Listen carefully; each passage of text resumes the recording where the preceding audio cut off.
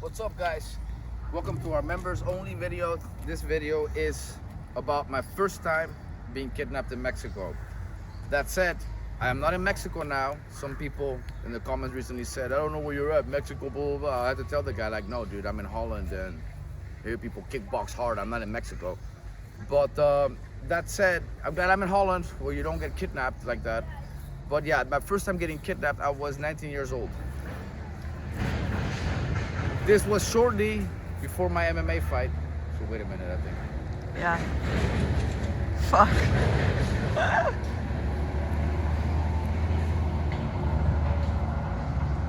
Yep. This was shortly before my MMA fight. At the time, I was living together with a good friend of mine named Ryan Johansson, rest in peace. He died in a car accident in Australia. He was basically running and helping people in the AJ Hackett bungee in Acapulco, Mexico. This is relevant to the story, guys. This guy was my best friend. So he was basically the guy helping the people in AJ Bungee Hackett make the ropes, basically professionalizing them because they had a few accidents because they wouldn't change the ropes, and a few times the rope snapped and people got injured. One time a guy dislocated his shoulder. I actually saw that one. But they were having these kind of problems at the bungee. This is why they brought Ryan, and he was getting paid in dollars, even though he's living in Mexico. So he was making bank. Because when you earn dollars in Mexico, you're like the man. You earn money. So he was basically a really good friend of mine. We were always hanging out. He was really a party animal, I must say, though. Relevant to the story. Now, on this day, I was in my car. It was a Thunderbird. One of my dad's cars. He had like 5 cars. One of the cars he had, and I was driving the Thunderbird at the time. It was an 8-cylinder car, a black one. Really fast cars. And I just, that day, decided to go to the movies alone to catch one of the early shows. Because in Mexico, you can start going to the movies. I don't know if you know this, Edith, but you can start going to the movies at like 10 in the morning, 9 in the morning, 9:30 in the morning, the first shows. So you could go really early and there's almost no people. So basically, I parked the car, I buy the ticket. I still had some time, so I decided to grab something to eat and have a smoke. When I had the smoke, I went out for a walk around the movie theater and around an alley. So I was in an alley when I was finishing my smoke, and it did smell funky there. And then I put my smoke out, and the next thing I know, I see this is relevant, a white Subaru or a white Nissan Sentra, 4-door Nissan Sentra, white one. I didn't know any better to try to identify what kind of people will be in a car like that. So I see these 2 guys in the car, and they're like creeping. They're like driving super slow. And to me, they just look like the type of guys you guys would see at Home Depot in the United States. You know, the type of guys you're like, hey, help me move my shit. Illegals, Like, that's the type of vibe they had. So to me, coming from LA, and I'm wearing baggy pants, keep that in mind. I'm wearing baggy pants. I have a bald fucking head and shit. And I'm walking around like an essay from the hood. But like an American essay from the hood, not a Mexican essay from the hood. So they were already like looking at me like, who's this guy? So they're driving really slow, and I'm basically coming out the alley and I see them. They're driving so slow that I could pass in front of them. And I'm already thinking like, are you gonna go or you're not gonna go? And the more I was going, the more they were slowing down and looking at me. So I decided to start talking shit. I'm like, what the fuck are you looking at? I start talking all this shit. And the next thing I know, they get out of the cars and they flash their badges and their guns, and they're like, state police. The fuck are you doing here? Are you smoking out here? They got close to me. They looked at me and they're like, yeah, it smells here. You're smoking out, this, that. Like, they searched me and shit, and they told me to get in the car. Funny enough, though, the lack of training of some of these cops. These guys did not handcuff me. The car didn't have like a little thing in the middle. They just threw me in the back. I couldn't get out because I did try to get out. I touched the thing. I noticed like you cannot get out from the inside. But windows are up. But I have both of these fucking guys in front of me.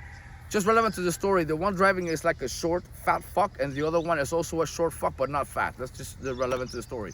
The fat guy didn't have a mustache. The skinny guy did have a mustache. That's the only difference between these two almost. For the rest part, they looked almost the fucking same and shit. So they were wearing like a button shirts. So one of them had it loose and like a tank top on the bottom. So they just went like this, and they had the badges and the guns here. They were so small that those fucking Berettas looked big on them. Like they looked huge on them because they were so small. Anyways, so they told me to get in the car. I get in the car. They're already taking my keys. They're already taking my wallet and my phone. They're already taking all my shit. So basically, they're in the front going through all my shit. They put me in the car. And I'm thinking like I could start hitting them from back there, But I did it. I was just having these thoughts of like, this is like a vulnerable position for these guys. And then they take off. They start driving around. Now, I didn't know that in Mexico, you probably don't know this either, it's a thing that people do to scare you. They call it te vamos a pasear or vamos a pasearlo, which means that they cruise you around the city. Like they just drive around with you in the car to try and scare you because they don't know where they're gonna take you or whatever. But I'm just thinking like, I had no idea I'm being kidnapped, because think about it, guys, even though they're cops, this is called the Kidnapping Express. It has a name. They call it in Mexico Kidnapping Express. It doesn't matter if it's the police or the narcos doing it. It's basically when people or kidnappers, they kidnap you and they try to get quick money out of you and they release you immediately. So they make you go to the ATM or they make you call someone that you know to get like $500 or $1,000 out of you. So this is still a kidnapping, guys, because you didn't do anything wrong. I didn't fucking do anything wrong. I just went out for a smoke and I was going back to see a movie. So they just see you, foreigner, they smell money, and then they just make up some shit. So they start going through all my shit. And then I try to tell them like who my coach was. Hey, my master teaches at the police academy. He's friends with the chief of the state police, which I think is your boss. Oh no, he's not our boss, but we know who you mean. You mean the fat, chubby, white guy, right? He's friends with the chief of the other station. He's from the other station. He's not with us. I'm like, I'm just saying, maybe this is relevant. Maybe you guys want to think about this shit. I start thinking to myself. They start driving around, and I start to get impatient because they kept asking me questions. They asked me what kind of car I had and shit. Well, they can see the car that it's a Ford, but they want to know what kind of Ford. Like if I had a truck, I'm like, no, it's a Ford Thunder. Oh, those fast ones, those 8 cylinders. I'm like, yeah, those are nice. I'm like, yeah, I know. The cops have those in the States. I'm like, yeah, a long time ago, not anymore now. All these stupid questions, and they're driving me around like it's so good. So I'm not even the least bit frightened. I'm like just thinking, why am I not in handcuffs? Why don't these guys have a thing in the middle? Why don't I hear a radio or something, So I'm just thinking like, what the fuck, I got impatient and I told them, hey, like, are we getting to the police station anytime soon, or are we just gonna keep riding ronches around? Because they kept driving around in the strip. They didn't even go up to the mountains. They were just driving in the strip, like close to the beach. Like we went that way, flipped the bitch, went this way, flipped the bitch. Like we were just driving in circles. So I'm like, it's like, are we going somewhere? Like, what the fuck? Take me to the station already. They looked at each other and then they realized that I wasn't even fucking intimidated. And then they stopped. And then in front of the police station, but I didn't know that the police station was right there. So they drove a little further, they stopped in the front of the police station. And then one of the cops told me, he looks back at me, the guy with the mustache, the guy on the passenger side, the skinny one. He looks at me, so it's like, so you know Taekwondo, right? I'm like, yeah. Why no kickboxing? What's up? You want to throw it down? Like, I guess this was their next way to like fucking intimidate me. And I'm sitting there thinking like, I could fuck both of these guys up if I wanted to. And I'm just like, I'm just looking at him thinking if I should fucking hit him or not. Because he's turning his head like that looking at me. I could just start fucking socking him. And I'm thinking like this was going through my head. And then the fact I told him, nah, relax. I'm gonna take the ID and see what's up. So at that point, I'm sitting there with the guy with the mustache in the car. He gets out to have a fucking smoke and shit. Like it's all good. I had to stay in the car. The other guy goes into the station, I guess, to talk to the chief of police. This station is the same station where I was with my coach before he got murdered, because then his friend got transferred there. But it doesn't look like a station. It looks like any other house. From outside, you cannot see it's a police station. It's all undercover shit. So I guess he took his ID to show it to the chief of police, but I don't know if this is true or not, because the chief of police there claimed that this never happened, but I wouldn't be surprised if it did. So like 10, 15 minutes later, he comes out and shit, gets in the car and tells me that it's a quick fix, that I was either gonna give them 5,000 pesos, which is like at the time, it was like $700 or $500 more or less, between $500 and $700. Or they were gonna like charge me with like a whole kilo of weed. That they're gonna say that after they found it in my trunk. They already had the keys to my car. I forgot this part. We had already gone in the parking lot and they had seen where my car was. We did that, but they didn't do shit with my car. They just wanted to know where my car was, and we left the parking lot again. And they didn't even have to pay. They told the guys in the parking, like, police, we need to check out a car. They got in there and they got out of there. They just opened it for them, because normally you have to pay. But they knew where my car was, so they're like, yeah, we got a kilo right here. And then they fucking showed it to me. It's like, look, we got a kilo right here. We're just gonna transfer it from this trunk to your trunk if you don't fucking pay us. And they told me 5 fingers. It's gonna be 5 fingers. I'm like, bro, speak fucking Spanish to me. I don't know what this shit means. I just got here. I don't know what do you mean 5 fingers? It's like, yeah, 5,000 pesos. I'm like, bro, I don't have that kind of money. It's like, well, from looking at you, I fucking know you know someone that does, or call someone or something. And I was like, all right, go to the AJ Bungee Hackett. This is where my friend comes into play. So we fucking go down there to the AJ Hackett, and we park. And then they're like, okay, now what? Oh, first of all, they said, those guys don't make that kind of money. Don't bullshit us. Don't bullshit the bullshitter. They said, those guys don't make that kind of money. I had to explain to them that this guy makes money in dollars, that he does have that kind of money. So finally, we go over there, and we're waiting. We park, and then they're like, well, who do we have to ask for? I'm like, well, ask for Ryan Johansson, you know? So one of them goes down there, which is now the other one. Now the fat guy stays in the car, and the other one that stayed in the car with me goes out. So then, and then the fat guy tells me, you know, it's a good idea to handcuff you, make it look more believable, you know? I'm like, yeah, good idea. So then he handcuffs me. So now I'm handcuffed, finally, just for show, okay? Just to make it look more legit, I guess. That you can't make this shit up, right? So then next thing I know, it's not Ryan coming out, it's the fucking manager of the bungee, who looks like the owner of the entire strip, who is Hector Rodriguez. His kids were students of mine, Hector Rodriguez. And this guy that's the manager of the bungee used to be the owner, but he had to sell it to the owner of the whole strip. Either way, these guys really look alike. They have the same height, they're both fat, they're both like Italian descent, like they have Italian blood in them, even though they're Mexicans. Either way, this guy comes out in his flip-flop with his fucking fat stomach looking like Tony Soprano and shit. You can't make this shit up, I swear to God. And then they thought it was the owner of the entire strip. Oh, is that Hector Rodriguez? Oh, it is Hector Rodriguez, you know? And then, because the other guy was getting out, and then sort of, no, the guy that was in the car said, is that Hector Rodriguez? And then I was like, yeah, I don't know. At the time, I didn't know his fucking name, to be honest, what that guy's name. And later I found out his name. But either way, he came out just to look, because Ryan was upstairs and they told him the police was there for him, with me. So he got frightened. He thought the cops came into our place and found the weed and found all the drugs he had there, because he had ecstasy, he had cocaine, he had every fucking drug you can think of in the house. He was like a real party animal. I really wasn't, but we were really good friends. So he was fucking scared that they were taking him to jail. So that's why the manager came out. I found this out later, right? So I'm sitting there in cuffs. This guy's there. Manager comes out with the cop. So he just looks at me, okay, just to like make sure it's me arrested. So he learned about what the situation was. So then he goes back up. Keep in mind, you gotta take like an elevator. I mean, you gotta climb up to go up there and down, and they also have like an elevator thing that you go up there and down with. So he goes back up to talk to Ryan, to tell Ryan, you know what, you're not in trouble.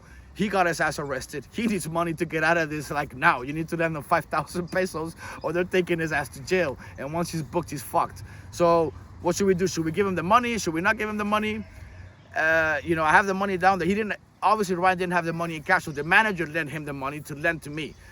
You can't make this shit up, right? So Ryan goes down now alone, because the manager didn't want to have shit to do with it anymore. He just wanted to check out the situation. So Ryan comes out, and they're talking about that they're going to take the money and bring me back later. And Ryan is smart enough to tell him, no. Uncuff him now. I want to see him out of the car. Then I hand you guys the money. And then, yeah, he showed them the money. They uncuff me. Ryan gets the money. I mean, Ryan gives them the money. They uncuff me. Ryan gives them the money. I get out of the car. And then, yeah, Ryan is like fucking basically like pale, you know, because he's Australian. He's not used to this fucking shit. He's just only seen Mexican shit in movies. And he had already moved from his apartment, the original one, because me and him were living together at the time. But before that, he moved out of his apartment because somebody committed suicide in that building, a building where nobody lives because they say it's haunted. They were the only dumb fucks that lived there, and they had a body fall. Somebody jumped and shit. You can't make this shit up. But they were already scared, dude, so this shit didn't help, you know? And then, funny enough, I start talking to my coach's son. He's my best friend from kindergarten. So my master that was in the police force, the guy that I warned these dumb fucks about, I started telling him, hey, man, the cops got me today. So I go, yeah, what's it, local, state, or federal? I'm like, no, state judiciales. Oh, well, that's easy fix. Just call my dad. I was like, yeah, but, you know, they claimed that they were taking me because I was smoking weed, and they said that they had a kilo that was mine, which wasn't mine. Like, that's what they do. My dad knows that's what they do. That's normal shit here. Now, just tell my dad, he'll make it all good. They'll probably have to give you your money back. You can make this up. So we drive down there. So we go now. It's like, yeah, let's go now. So I go down there with him because he was at the police station at the time. So we called him, told him we went down there, that we were going down there. We go down there, and then my coach already knew the situation, that something had happened, so I explained it to him. And then he's like, okay, well, I'm gonna call the chief of police there. They called their chief, and then the deal was for me to show up the next morning after that, before roll call to get my money back actually. So the next morning, so it's 2 days later, I go to roll call, because remember, I told my friend this shit the next day, Hugo. And then the day after, that day we went to the station, and then the next day after that, I made the agreement to go to where they worked, which is not where my coach worked, but this is a friend of theirs. So I was supposed to go there before roll call, so which I did. I was there before they showed up. And I had already talked to the chief of police there, we're sitting there. And then by the time all the cops started getting there, next thing he was like checking if they're there, checking if they're there yet. I don't remember their last name, but he kept asking the secretary if whatever the 2 last names were there yet. And I was like, no, you know, I identified them, by the way, by a book. They gave me a book of all the cops. That's how I identified them. So that's how they knew which one it was, because I didn't know their names. So finally, when they get there, he's like, yeah, you and you, let's go, get in. He shuts the door, and then he's like, the situation is very simple, boys, all right? You guys took 5,000 pesos from this kid yesterday. You guys are going to give this kid 5,000 pesos right back, right the fuck now. And then they were like, yeah, but he was smoking out. He had drugs on him. Like, I don't give a fuck about the situation. Like, you knew the situation. We brought you the ID. We gave you your part. Like, I don't know what the fuck you guys are talking about. I'll repeat myself. You guys have about 20 minutes to make that money appear pronto. And they bounce. So I don't know. I'm confused. I don't know if that guy got the money or not. You know, being Mexico, it could have gone either way. But I doubt that he would say that in front of me. He probably did give him his share. He just didn't give a fuck at that point. I guess they just fucked up. And then, you know, they were back in like 5 minutes. They were back right away with my money. And then when they gave me my money, they made sure that they told me my full name. I'm not going to say my full name here, but they told me my full name, my full first 2 names and my last names. Like, they told me, be careful, and then my full name, basically. So, and then the chief of police told me, yeah, stop fucking around with all the bullshit. Just go.